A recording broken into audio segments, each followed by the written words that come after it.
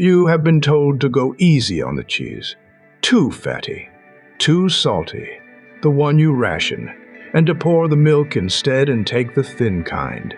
Somebody finally checked that ranking against 1,000,000 real hearts. The cheese came out on top. The milk came out doing nothing at all. You are about to find out why the one dairy you were told to ration keeps lining up with fewer heart attacks. Why the same habit looks protective in one country and harmful in another. What bacteria do to milk over a year and why that changes what it does to your arteries. And why the widest count ever run found that plain milk does nothing at all. Start with the word itself, dairy. It is one of the only words on a nutrition label that describes a building. A dairy is the room on a farm where milk gets handled. That is the entire meaning. It says nothing about what any of it does once you swallow it. Look at what that one word holds together. A block of cheddar aged for a year, hard and salty and crawling with live bacteria. A glass of fresh milk. A strawberry yogurt with more sugar than some soft drinks. Butter, which is almost pure fat. Nutrition does this constantly, and the mistake has a name. Call it the category trap. You sort food by where it came from, instead of by what it does to you. A whole apple and a glass of apple juice come off the same tree.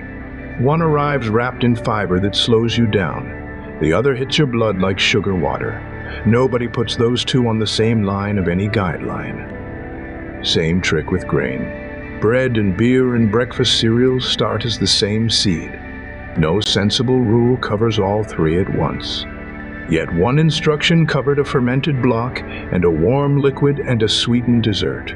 2 or 3 servings a day. So why did anyone ever think that made sense? Because it was never a health decision. It was a farming one. Dairy was a column and a ledger before anyone had followed a single heart. And working around that word produced one of the strangest disagreements in nutrition. 2 of the largest health projects ever built have been following people for years. One in China, one in Britain. Around 500,000 people each. Same box to tick about how often you eat dairy. Then the answers came back pointing in opposite directions. In Britain, the people eating the most dairy had fewer heart problems across the board. In China, the same habit tracked with more heart disease instead. Same food group, same decade. Opposite result. So which one of those 2 answers is the wrong one? Neither. And here is where most people reach for the obvious explanation. Different continents, different bodies, different genes. That is not wrong, but it is nowhere near enough. The real reason is sitting in a fridge. Hold on to the question because it takes the rest of this video to pay off. Leave a glass of milk on your counter tonight. By morning, it is an experiment nobody wants. Milk is one of the most perishable foods on earth. Warm liquid full of sugar and protein with almost nothing in it to fight off whatever lands there. Now own that problem before refrigeration exists. You have an animal producing several liters a day of a food that spoils before the sun goes down. That single problem is where cheese comes from.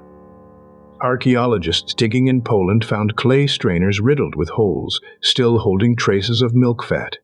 7,000 years old. Older than writing. Older than the wheel. People were separating curd from whey, before anyone had a word for either. The oldest story about how it started is an accident. Milk carried a day's journey in a bag made from a calf's stomach.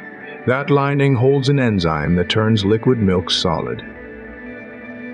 Whoever opened the bag found something firm inside that would keep for months. That is the second idea you need, and it has a proper name. Fermentation. You hand your food to microbes and let them rewrite it before you eat it. They eat the sugar. They leave acid behind that keeps anything dangerous out. And they build compounds that were never in the milk to begin with. One of those is vitamin K2, which helps steer calcium into your bones instead of your artery walls. Another is the bacteria themselves, still alive when you swallow them. Milk left alone spoils in a day. Milk handed to the right microbes outlives the animal that made it. Keep that in mind while the two countries wait, because there is a second reason cheese behaves strangely, and it has nothing to do with bacteria. Put a block of butter and a wedge of hard cheese side by side. On fat, they are closer than you would guess. Both are heavy with the saturated fat you have been warned about since the 70s. On paper, they should do the same thing to your cholesterol. They do not. Feed people butter and their bad cholesterol climbs. Feed them the same fat as cheese and it climbs noticeably less. That comparison has been run often enough to earn a nickname. The cheese paradox. Same fat on the label, different food in your body. If you enjoy watching one careful count take apart a piece of advice everybody repeated for decades, hit subscribe. We find a new one every week. So what is a block of cheese doing that a block of butter is not? The explanation is the third idea in this story, the food matrix. It means the physical structure and nutrient arrives inside, not what is in the food, how the food is built. Cheese is dense with calcium. Calcium grabs fat in your gut and forms clumps too big to absorb. Some of the fat you chewed never gets into you at all. Researchers have measured it, leaving the other end instead. Now this is where you should be pushing back. Cheese is salty. A decent wedge carries about as much salt as a bag of crisps, and salt drives blood pressure up. None of that is in dispute. It still comes out ahead. Which brings up the one that catches everybody out. Yogurt. Ask anyone to name the healthiest thing in that fridge, and they point at the tub with live cultures on the front. By every argument so far, it should be standing next to the cheese. It is not. Pool everything ever measured, and yogurt does nothing at all. The reason is printed on the pot. Most yogurt sold is sweetened and stirred through with fruit syrup. Some pots carry as much sugar as a can of cola. So fermentation matters and structure matters. There is one more piece, and this one is written into you. Every mammal alive is built to drink milk as a baby and then to stop. The enzyme that breaks down milk sugar switches off in childhood. An adult drinking milk is the strange thing here. You might be an exception, and there is a name for it. Lactase persistence. The switch never flipped and you kept the enzyme for life. In parts of Northern Europe, more than 9 in 10 adults still have it. Across most of East Asia, the great majority lose it. And here the threads tie together. Fermentation eats milk sugar. Hard cheese has almost none of it left. A food that most adults on this planet cannot comfortably drink becomes one that almost anyone can eat, purely because bacteria got there first. So look at those two countries again. In Britain, dairy mostly means cheese. It is close to half of everything counted. In China, the dominant dairy is liquid whole milk. Same word on the form. Two completely different foods. That is the category trap in one sentence. So what happens if you finally pull that one word apart and count every food inside it separately? That is what the work behind this video set out to do. Two enormous groups followed for years. Roughly 500,000 people in China. About the same again in Britain. Nobody was told to change anything. Everybody just waited to see whose hearts gave out. Then they went wider. 30 earlier studies from 30 countries pooled with their own two. More than 1 million people in total. It is the broadest view anybody has assembled, and the full paper is linked in the description. Start with China. People eating dairy regularly, and there that mostly means whole milk, ran close to 1/10 more coronary heart disease. That is the clogged artery kind that ends in a heart attack. The old warning about milk fat showing up exactly where it said it would. Then the same people, and the same habit, and the numbers turned around. Strokes went down instead of up. And the bleeding kind of stroke, where a vessel burst inside the brain, fell by about 1/4.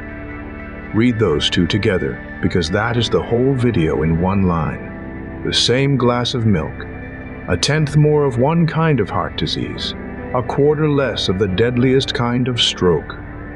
One food doing two opposite things inside the same body. Britain went the other way on nearly everything. More dairy lined up with less heart disease and fewer of the clot-type strokes. the kind where a vessel blocks instead of bursting. Around 7% lower each time. Small, boring, consistent. Now the ranking that explains the mess. Split the word apart, count each product across every study ever run, and put them in order. Cheese takes first place, around 6% lower cardiovascular risk, and it holds up for heart disease and for stroke separately. Yogurt comes second and scores nothing. Not a small benefit, nothing at all. And in last place, plain milk. Pool every study ever done, and it lands exactly on the line where no effect lives. Not lower, not higher. And on the bleeding kind of stroke, it tips slightly the wrong way. One contradiction survives all of it. The Chinese whole milk drinkers had less of that bleeding stroke. The global pool says milk drinkers have slightly more. Both numbers are real. Nobody has cleanly explained it. Then the fat question, where the old advice takes its worst hit. Low-fat dairy did come out protective, exactly as the guidelines predicted. High-fat dairy came out flat, and one high-fat food beat both. High-fat cheese, the stuff you were told to save for special occasions, lined up with less coronary heart disease. The food at the bottom of the recommended list finished near the top of the results. The fat was never the thing that mattered. The matrix around it was. Now the honest part. Nobody randomized anyone. You cannot lock 1 million people in a room and assign half of them cheddar for a decade. People who eat a lot of cheese differ from people who do not in ways nobody can fully measure. That is not proof. What survives is the shape of it. Count dairy as one food and the answer comes out murky. Split it apart and the murk clears. That has now happened across 2 continents and 1 million people. So stop asking whether dairy is good for you. There is no such thing as dairy. There is a block that took microbes a year to build. There is a liquid most adults on this planet were never designed to keep drinking. And there is a dessert wearing a health label. We filed all 3 under one word because they came out of the same animal. Your arteries have never once asked where your food came from. They only respond to what actually shows up. And that is true of every aisle in the shop, not just the cold one.